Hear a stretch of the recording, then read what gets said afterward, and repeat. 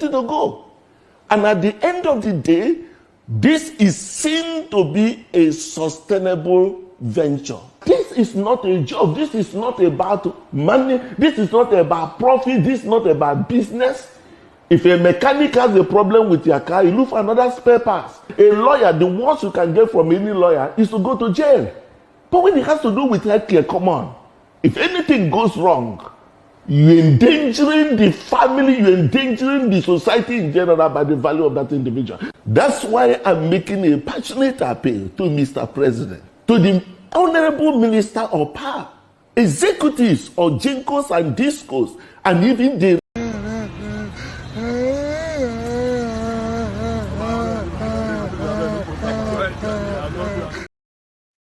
we are going to die. Don't panic. We're all going to die. You know something is this, the ripple effects of this whole thing at the end of the day, like I promised, like I said earlier, don't fall sick. Even with your money, we're going to die. Because you are now more exposed to substandard health care system that is dying slowly. And a lot of you who are insulin users, you know, for diabetics. See, let me tell you something. If you are healthy, you have no idea what, I mean, you don't, I don't know how to describe it. I don't want to say you don't know what God has done for you. But maybe I should say that. You don't know what God has done for you. You have a headache, you take paracetamol. Headache gone. There are people that they are still living right now. It's like burning money. It's like somebody, you know, it's like people packing money like that, and then you go to the drum where there is fire and you start blowing it there. And you have to, if you want to stay alive. These people are exposed to fake adulterated drugs. Also, they are exposed, even standard medical facilities. With your money, you are exposed to contaminated medical equipment. Somebody said, Nigerians will never chop well, balanced diet. You are talking about surgery. Whether you are eating well or not, every one of us will need medical care. We're all going to have that. Some are going to be like, you know, extreme. Some are going to be mild. And, you know, health is wealth. And it doesn't tell you when it's going to shut down. If your body shuts down and your money cannot save you, you should be worried. So this is my own reaction when that man was talking about this. As we're all going to die.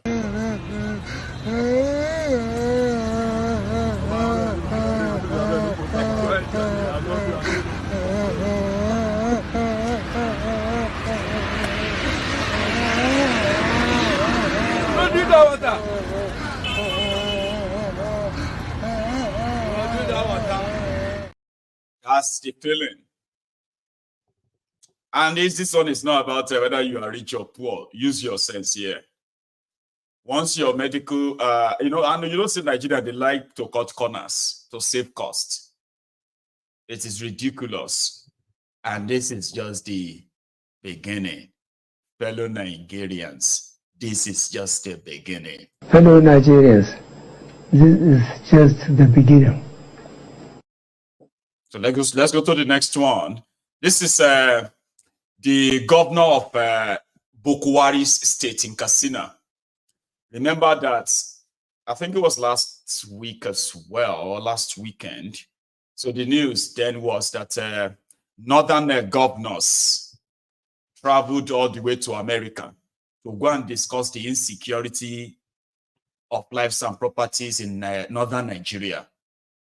And they've been receiving backlashes since then. Like, you know, why would you go to America and hold a meeting because of insecurity in northern Nigeria? Does that even make any sense? But here is Bokwari's governor from Katsina State. He defended it. Oh, sorry, he's defending it. Maybe you should listen, if you don't mind. Thank you so much, Your Excellency, for your time tonight. My question earlier is, are there political motivation for the rise of banditry in the the northwestern region of the country. Who are those that are backing or supporting or fueling banditry in the region?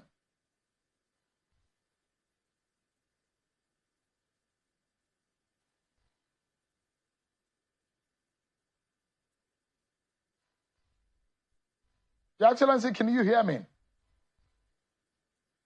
Yes, please, can you repeat yourself? All right, so I'm saying, my question is, who are there those who are backing and politically motivating banditry in the northwestern region? Thank you very much. There are so many insinuations as to what causes the banditry in our region, but to me, and to my understanding and from the little knowledge I have, being the governor of the state for almost a year now, I understand that the issue of the hypothesis behind political motives about banditry is not true. I think purely what causes banditry in our place, the root cause of it was injustice. There were a lot of injustices that were done on the planet, which causes this problem to spring over time. This thing has been with us for a very long time, and it has started small, and it has grown big now. And then there are some collaborators from the houses who are staying within the towns, who are serving as the providers of logistics to those bandits. But the issue of the hypothesis behind there is some foreigners involved, there are some people from the foreign land that are coming to inflict this thing on our people is purely a political statement by some people who just want to use that as a political goal to them. In the issue of security, then secondly, what also causes the recruitment under the logistic services for the bandit was as a result of poverty.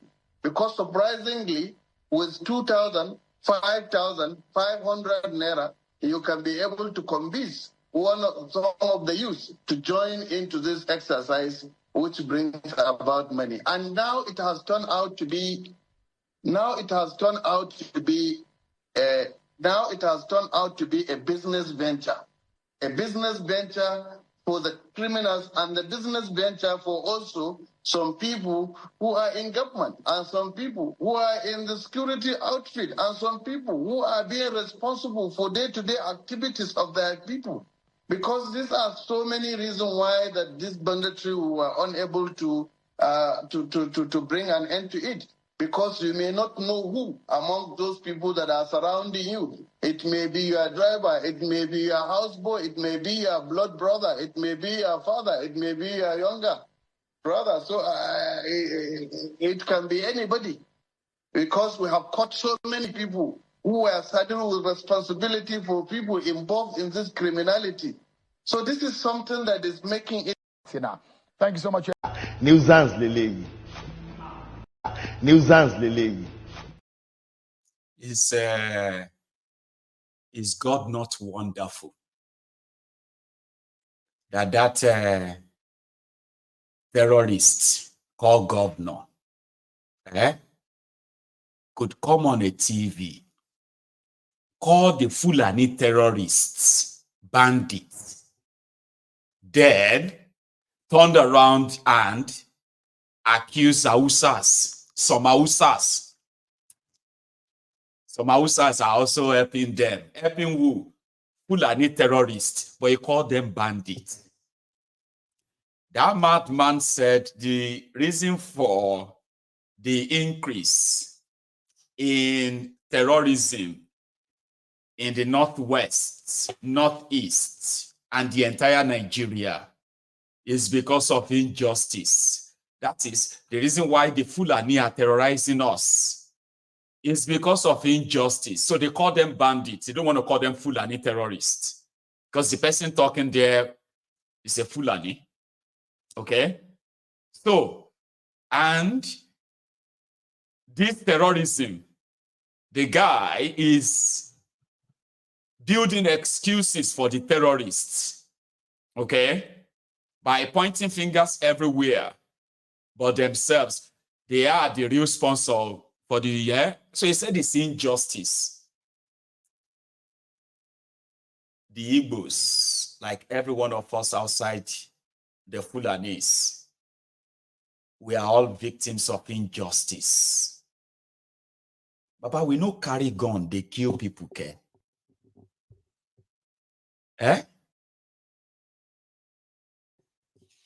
He said it is because of poverty.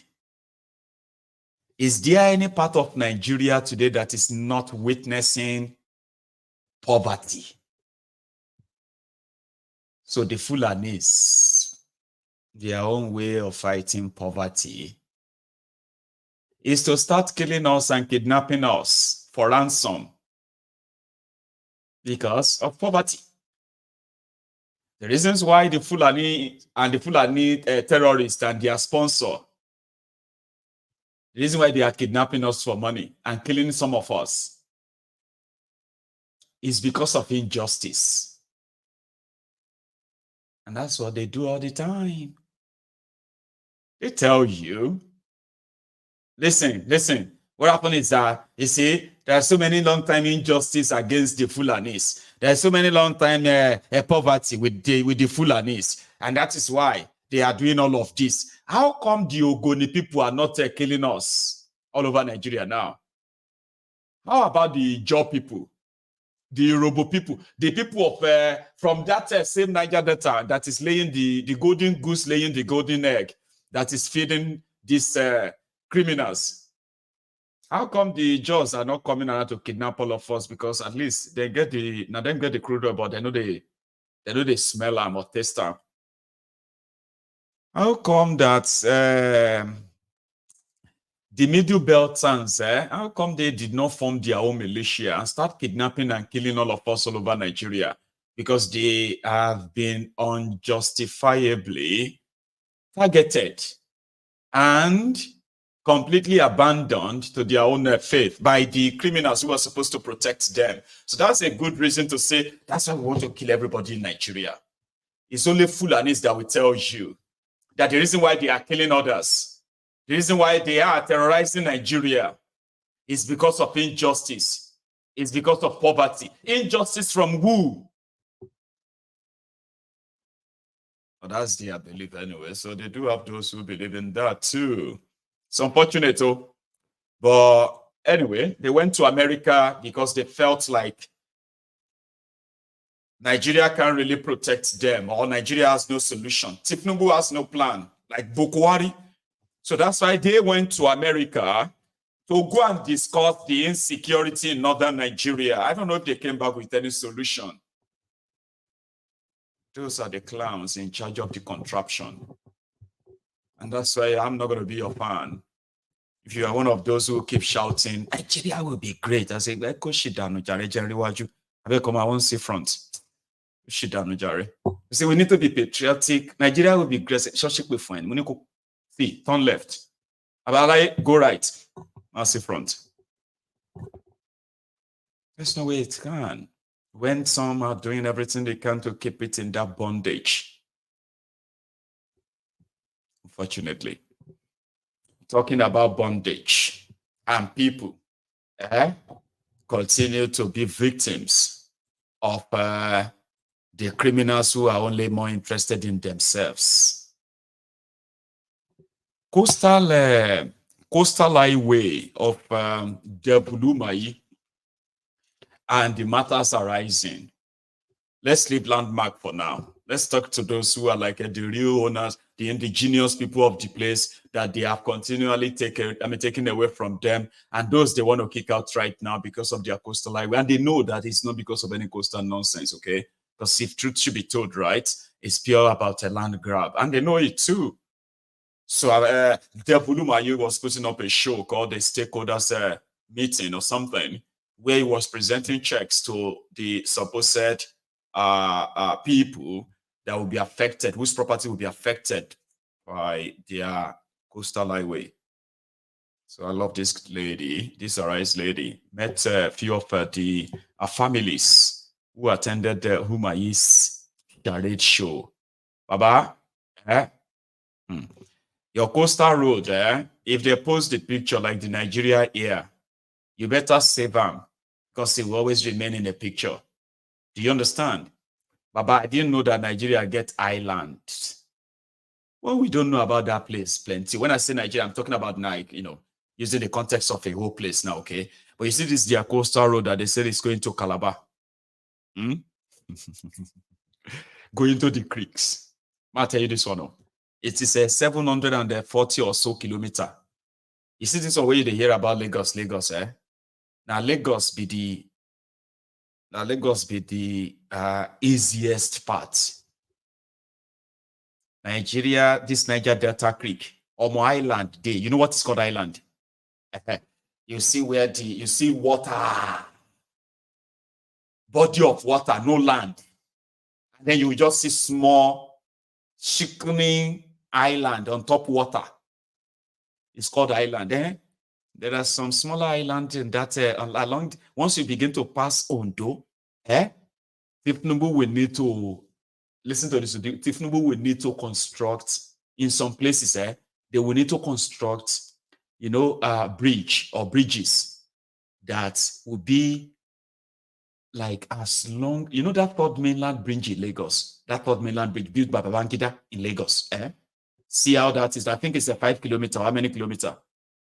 So how many kilometers is third mainland bridge? Help me. Anyway, whatever kilometer it is, there are places where their coastal road is expected to pass that will actually be like third mainland bridge times 3 size of third mainland bridge.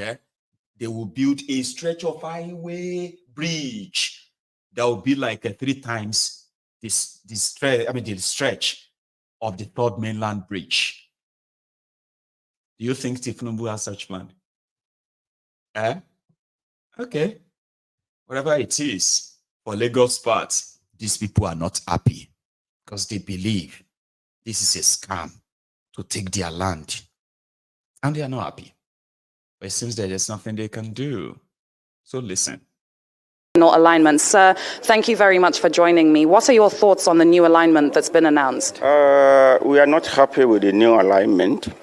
Originally, there is a plan from the Lagos state government. The coastal road has been planned as far back as 2006.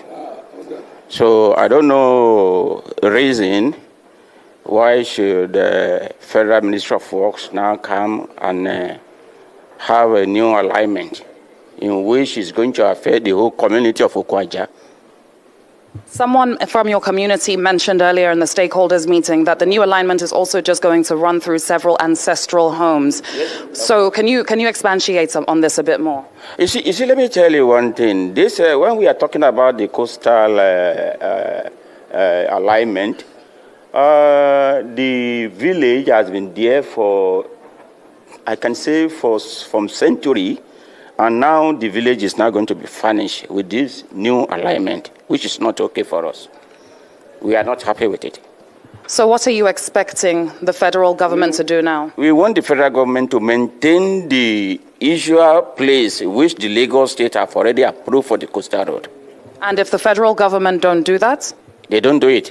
We have a new alignment now, which... No, I'm asking, if they don't maintain that original alignment that you want them to maintain, what will your response be if they don't? We don't know what is going to happen when our village is going to be no more existing.